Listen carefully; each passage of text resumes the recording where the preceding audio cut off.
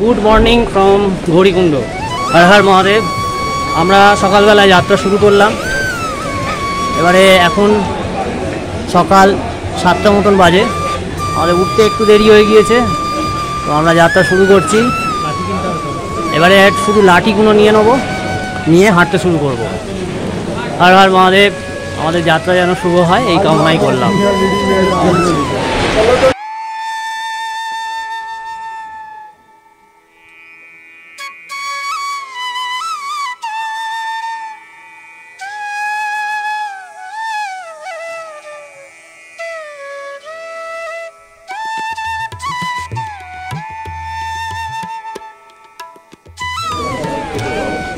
আচ্ছা, এটা হচ্ছে কি গৌরী মাতার মন্দির, এইখানে এই চত্বরে।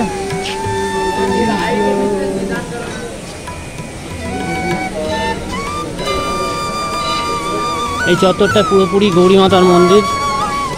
আর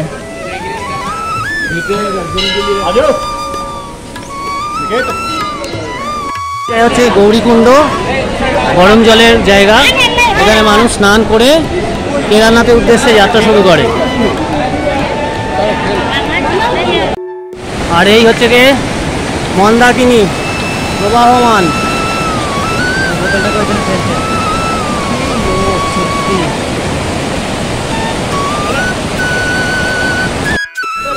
হেঁটে যেতে পারে না, তারা এখান থেকে ঘোড়া নিয়ে নেয়। আমরা ঘোড়ায় যাবো না, আমরা পুরো পথটাই হেঁটে যাব। ঘোড়ার যা দাম দস্তুর, আপনারা করে তবেই উঠবেন।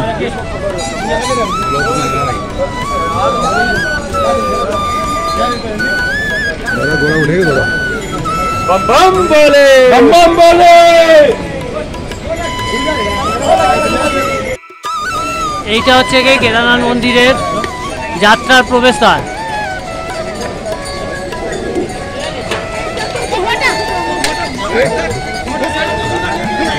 আমরা প্রায় 2 কিলোমিটার এসে গিয়েছি, এখনও অনেক রাস্তা বাকি, কিন্তু প্রথম দিকে রাস্তাটা একটু চড়াই, সেই জন্য একটু থেমে থেমে হাঁটছি।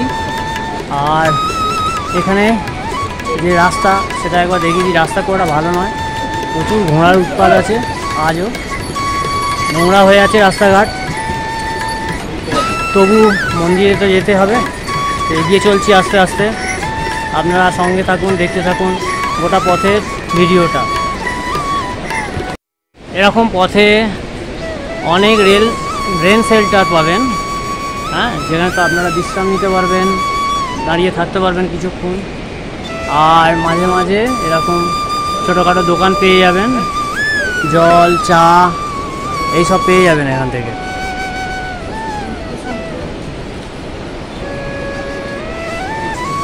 আর ঘোড়াওয়ালারা বারবার বিরক্ত করছে, সেসব উপেক্ষা করেই মহাদেবের নাম নিয়ে এগিয়ে যেতে হবে। এখানে সুলভ শৌচালয়ের ব্যবস্থা আছে, কাজেই বাথরুমের জন্য যে প্রবলেমটা হওয়ার কথা, হওয়ার নয়। দেখতেই পাচ্ছেন সুলভ শৌচালয় রয়েছে। তো আবার আমরা এগিয়ে যাই, দাঁড়িয়ে থাকলে হবে না।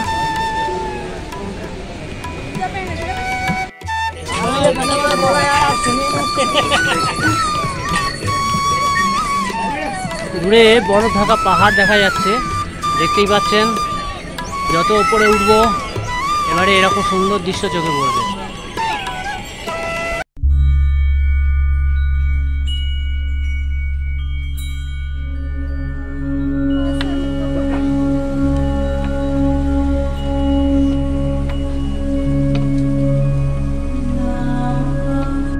বন্ধুরা, মুশকিল হয়েছে, এক্সট্রিম হিল সিকনেস হয়ে গিয়েছে আমার, যার ফলে আমি হাঁটতে পর্যন্ত পারছি না, প্রচণ্ড কষ্ট হচ্ছে, পেটে যন্ত্রণা।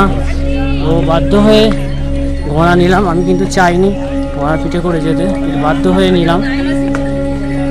তো ঘোড়া এখান থেকে, ঘোড়াপাড়া বলে একটা জায়গা আছে, ওখান থেকে ঘোড়া নিলাম, নিচ থেকে নিইনি।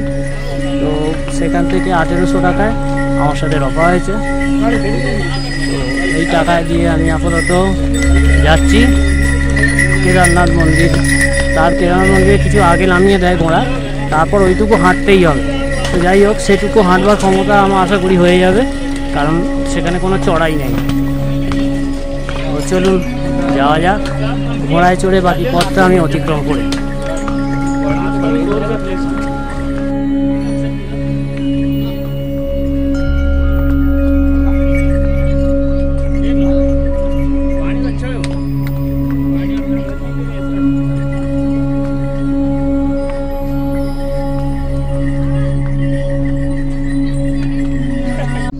এই জায়গাটার নাম হচ্ছে জঙ্গলচটি।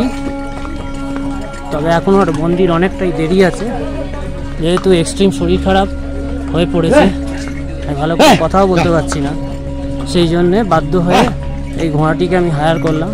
অ্যাকচুয়ালি ঘোড়ায় করে যাওয়া গেলে জানি না বাবার কাছে যাওয়াটা পূর্ণ হবে কি না, কিন্তু যেহেতু আমাকে ওখানে পৌঁছতেই হবে, না হলে অসুবিধা হয়ে যাবে। বাকিরা অনেক এগিয়ে গিয়েছে আমার থেকে, তো বাধ্য হয়েই আমি এই ঘোড়াটি নিলাম। আমি জানি না এতে আমার কোনো লাভ হলো কি না, আমি আন্তরিকভাবে দুঃখিত মহাদেবের কাছে। যাই হোক, চলাচল করি, মন্দিরে আমায় পৌঁছতেই হবে। এসে গিয়েছি, আর এখানে একটা দুর্দান্ত ঝর্ণা আছে। ঝর্ণা বলা যায় না, জলপ্রপাতই বলা যায়, ছোটোখাটো জলপ্রপাত রয়েছে। জল এতটাই প্রবল বেগে পড়ে যে চারিদিকে জলে জল হয়ে গিয়েছে, দেখতেই পাচ্ছেন।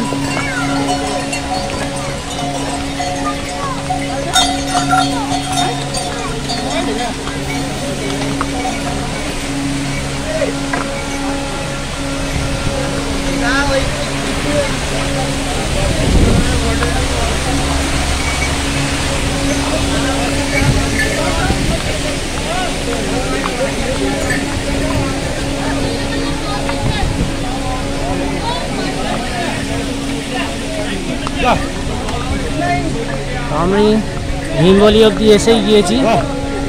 এবারে আগে যাত্রাপথে যা যা ভালো জিনিস দেখতে পাবো অবশ্যই শেয়ার করতে করতে যাব। এই ভীমবলি থেকে ঘোড়া চলাচলের রাস্তা আর মানুষ চলাচলের রাস্তা কিছুটা আলাদা হয়ে যায় কিছুক্ষণের জন্যে। তো এখন ঘোড়া তার নির্দিষ্ট মার্গ দিয়েই যাচ্ছে। এই হচ্ছে সেই মার্গ, একটু চড়াই উতরাই আছে কিন্তু।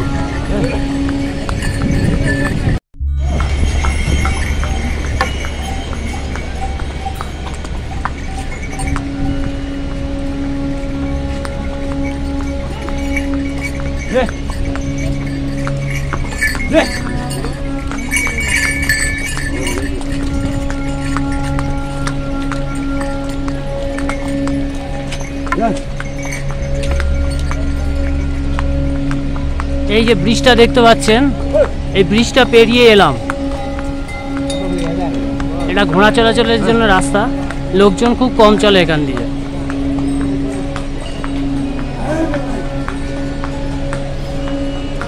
এদিকে দেখুন মেঘে ঢেকে গেছে, মাঝে মাঝে মেঘ পাহাড়ের গায়ে কিরকম ধোঁয়াশার সৃষ্টি করছে।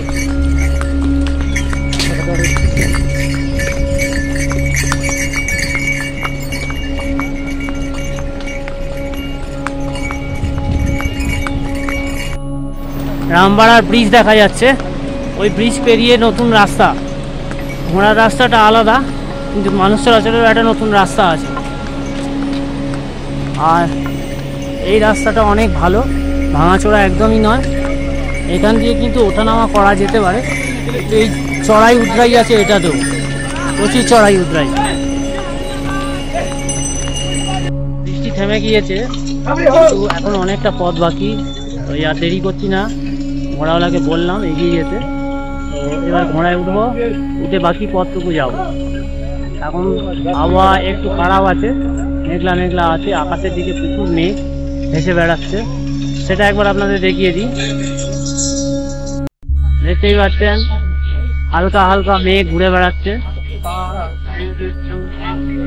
মন্দিরের দিকে মেঘ গিয়েছে, এদিকে মেঘ কেটে গেছে, আবার এইদিকে মেঘ আছে।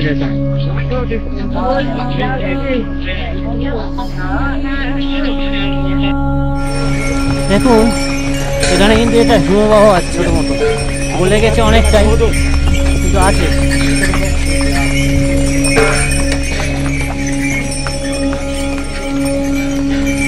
অনেকটাই রাস্তা বাকি, আমি চলেছি, দেখা যাক কতক্ষণে পৌঁছাতে পারি।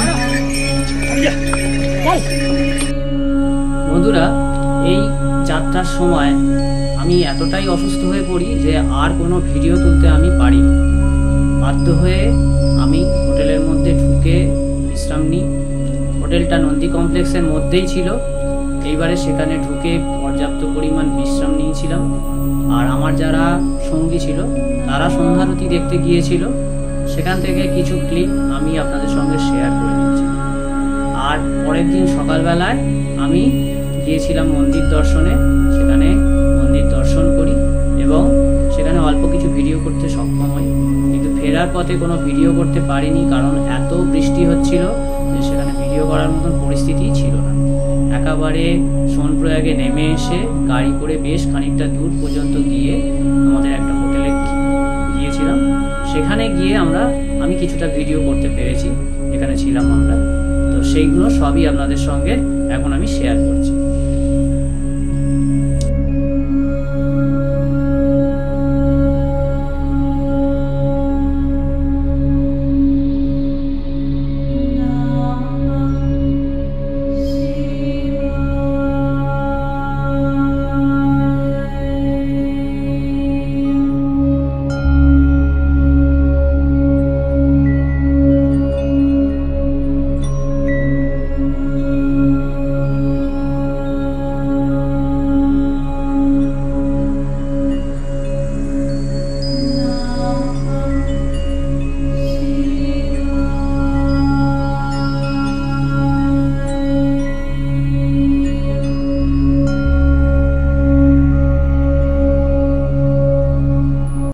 থেকে মন্দির দেখতেই পাচ্ছেন, মন্দিরের সামনে যাব।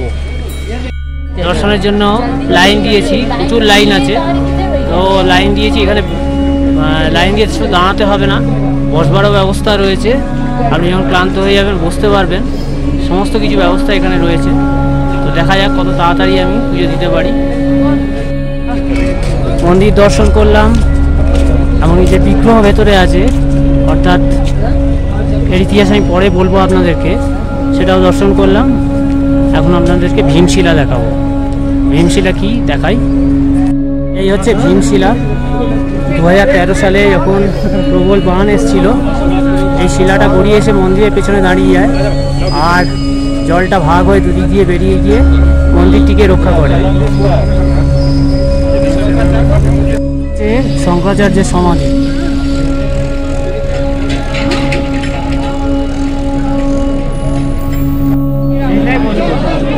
আর এই হলো নন্দী মহারাজ, সর্বদা শিবের দিকে মুখ করে থাকেন।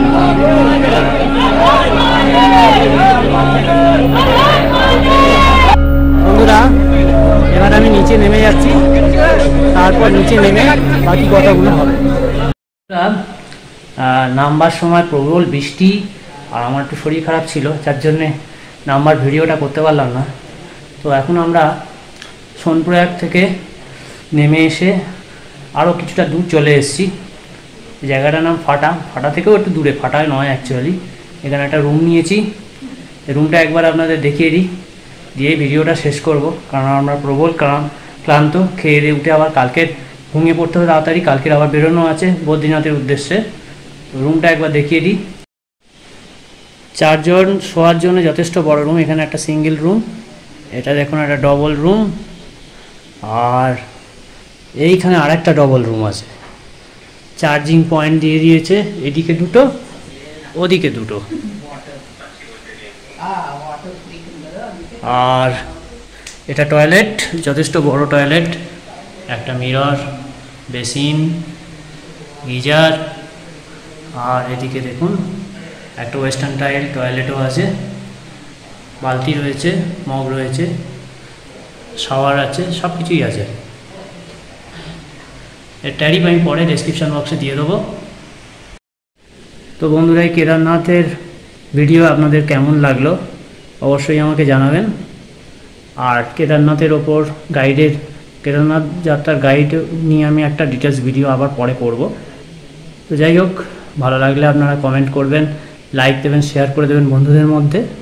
আর এখনও যারা চ্যানেলটিকে সাবস্ক্রাইব করেননি প্লিজ সাবস্ক্রাইব করে নেবেন। পরবর্তী পর্বে বদ্রীনাথ যাত্রা নিয়ে ফিরে আসছি খুব শিগগিরই, দেখতে থাকুন।